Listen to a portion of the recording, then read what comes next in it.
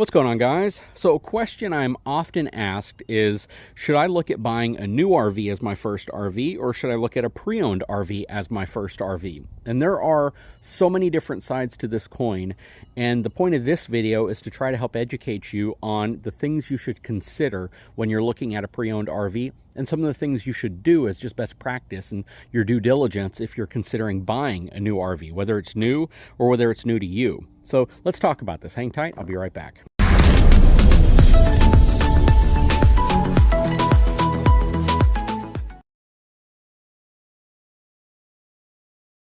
All right, so this is a question that I get asked all the time, and this is something people comment on all the time. And typically when somebody's like, you know what, I want to get a new RV, people will comment and say, this is what you should look at from a new perspective, or you should always get a pre-owned RV first. That should be your first RV, or even some folks will say you should rent an RV before you buy an RV. Now, there are all sorts of reasons why you may want to go down one path or another, but the point of today's video is really more focused towards, should your first RV be a pre-owned unit or should it be a new unit?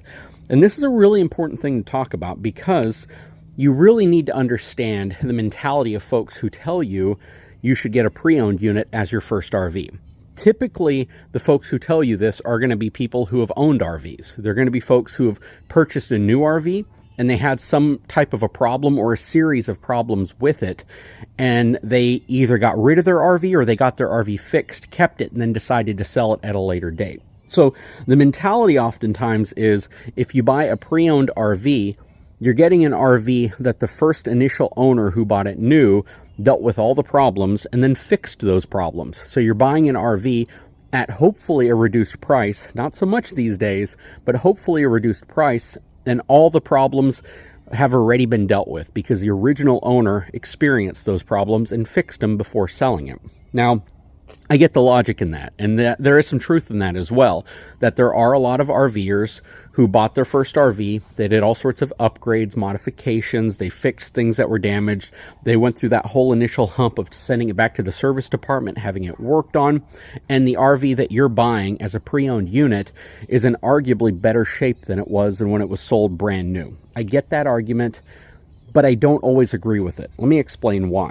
So, when you buy a new RV, you're absolutely taking a chance that the RV that you buy brand new off the lot could have some problems. Typically, those problems are related to possibly poor assembly, possibly lack of workmanship, lack of detail. Maybe it was a COVID unit where they just didn't have the materials and the manpower to properly assemble it, and it ended up on a dealership lot where you walked through it, you loved it, you thought it was absolutely great, then you bought it and you found out that you're having all sorts of quality control related issues, or even issues that aren't necessarily related to quality control of the RV itself, but perhaps a component in the RV like the air conditioner or the water heater or a water pump. And it's a headache. And most first-time RVers will send that RV back to a dealership where it will likely sit, and it's not sitting there because they want it to sit there. It's sitting there because an RV dealership service department is significantly less manned and less equipped than a car dealership, right? You go to a Ford, Chevy, Ram dealership, they typically have a dozen technicians, 15 garage bays, and they have different technicians that specialize in different areas. So maybe you have someone who does alignments really well. Maybe you have someone who does brake jobs really well, or someone who can run through oil changes super quick throughout the day.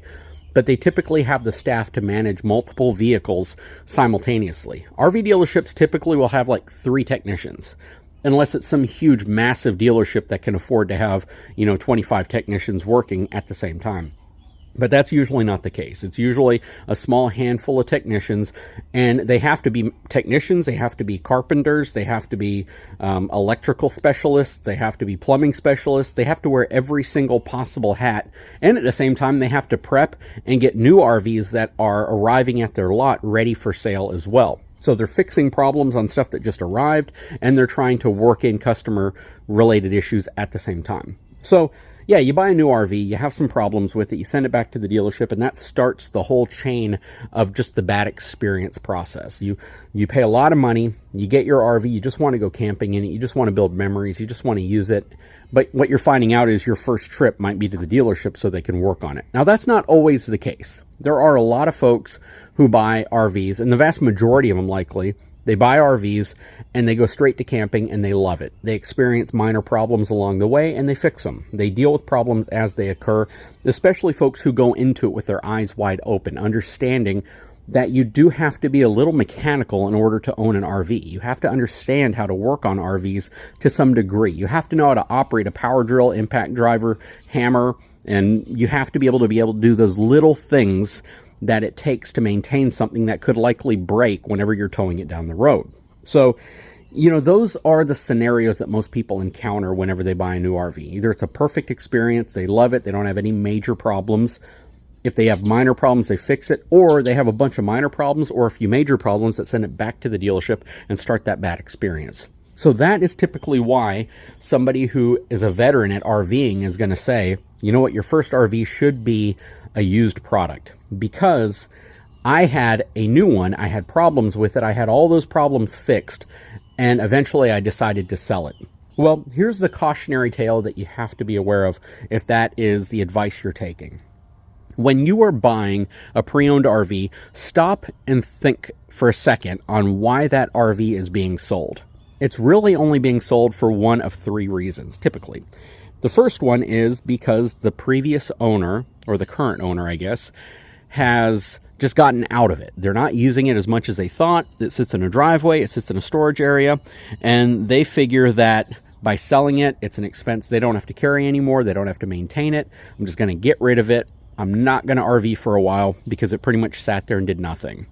If that's the case, then you have to go into it very, very cautiously, because depending on how long it sat, depending on how well they took care of it while it was sitting there, I've told you guys, if an RV sits unmaintained for too long, it dies. Stuff starts to go bad, stuff starts to rot, stuff starts to just fail. So you have to keep in mind why it's being sold if that's the reason it's being sold. So if it just sat there, we're not using it as much as we thought, we don't ever go out to check on it, we don't ever use it, then you have to go into it very, very cautiously. That is absolutely one of the reasons why the RV inspection industry exists, because you need to know, do I have a roof that's dry rotting? Do I have tires that are dry rotting? Do I have plumbing issues? Do I have electrical issues? Do I have mold, mildew, other stuff that is just accumulated because the RV's been sitting and not being used? If so, what are those and how much will it cost me to fix those problems to use the RV? So that's one scenario. The second scenario is we got a ton of use out of our RV. We absolutely love it. We fixed every problem along the way. It's just been a great RV, but it's time for us to either upgrade to something bigger or maybe downgrade to something smaller. We've reevaluated how we've used the RV and we want something different. Either we want more room, or we want less room, or we want something more full-time capable, or we want something more off-road capable, or something that can be towed by a different style of vehicle. We want to change our RV lifestyle to some degree. Those ideally are the best RVs to buy, and you can usually tell if that's the RV you're shopping for. The easiest way is to look for upgrades. Look for things that they've done that show that they care about that RV and that they've done things to it to make it more convenient for them to use it often. Why does that matter? Because if you are constantly working on your RV in a positive way, you're constantly upgrading it, you're upgrading your suspension, you have really high quality tires you've put on it, you've put camera systems on it, you've put other components on it because you use it so much, it typically means you've also identified when anything wrong is potentially happening, and because you care about your RV and because you tow it over the road a lot, those are scenarios where you don't want it to fail on you, and you're going to constantly pour love into it.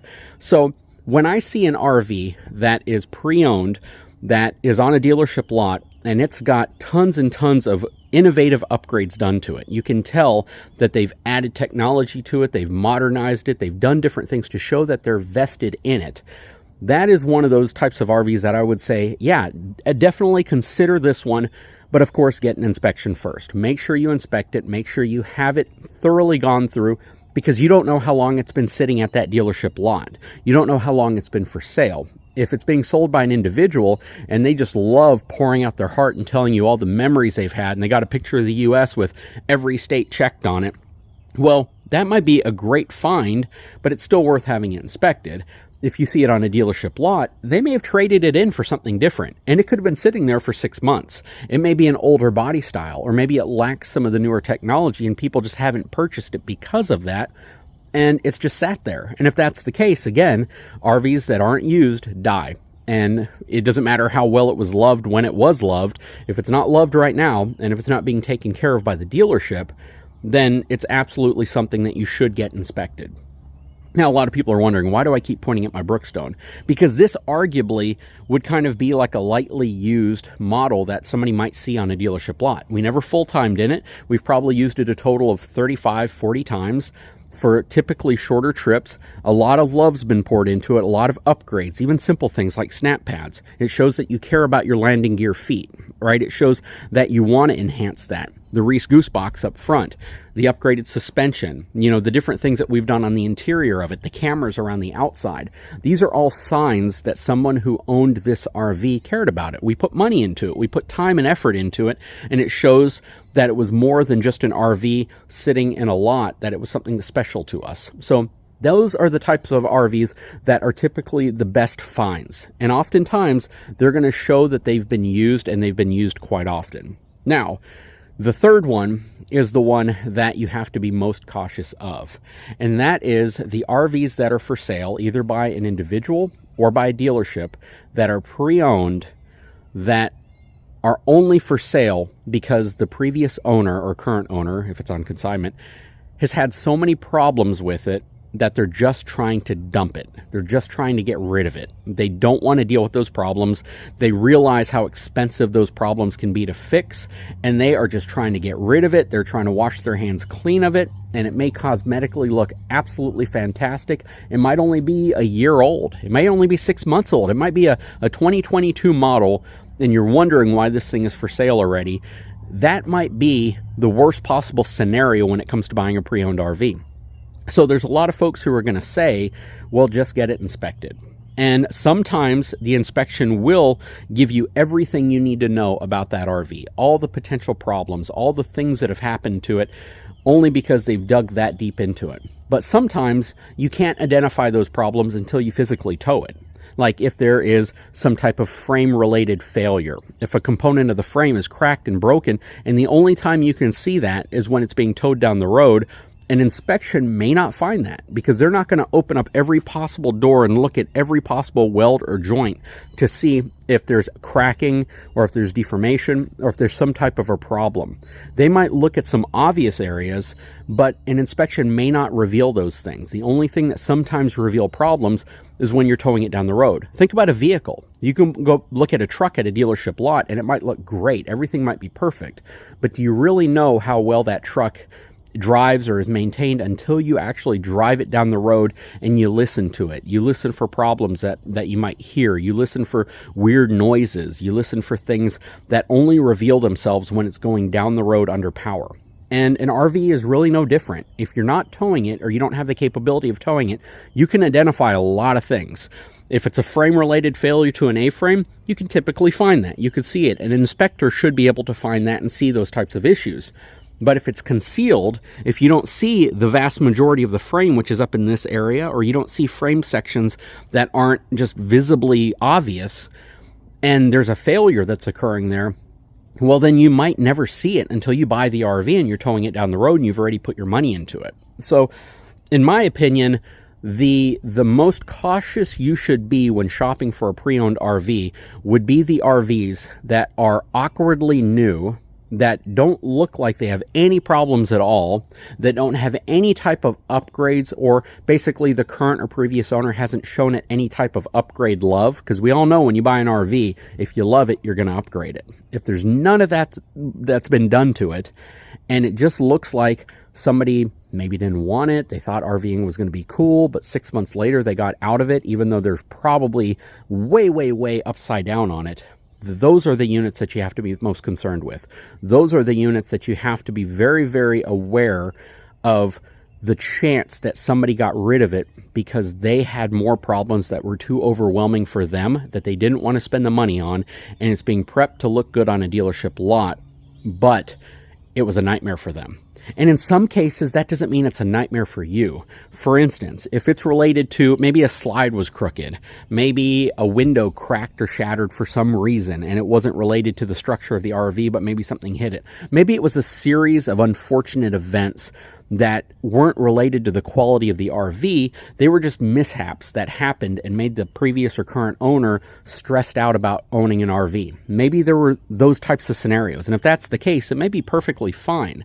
But this is another really good reason why you'd want to get an inspector. You'd want to get someone to look at it to kind of see if there are issues with it, at least issues that you can see visibly. Now, if you get an inspector and the RV you're looking at that you're getting inspected is sitting on a dealership lot in the back, it's trapped, you can't get it out there, don't expect that inspector to be able to find every conceivable thing related to how the RV is going to perform once it's towing. There's no way to know. There's no way to know what cracks may be there, what issues may be there, what underlying stuff that you just can't see that could potentially cause a problem whenever it's towed down the road that are there.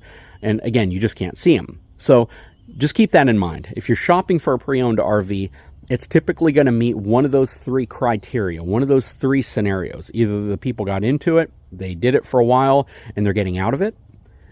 In that case, you really want to inspect it because you don't know how long it sat. Either it was a well-used RV that the family or people who owned it absolutely loved, and it was just the greatest thing for them, and they're either upgrading to another one, they're downgrading, or they're going to something smaller, or maybe they're getting out of RVing after a life of, touring the country. Those are the ones that you really want to look at, and you can tell when love has been poured into them. Or finally, the ones that have been returned, the ones who people can't afford because they were problems, or the ones that possibly people just got out of it because of the headaches that they had.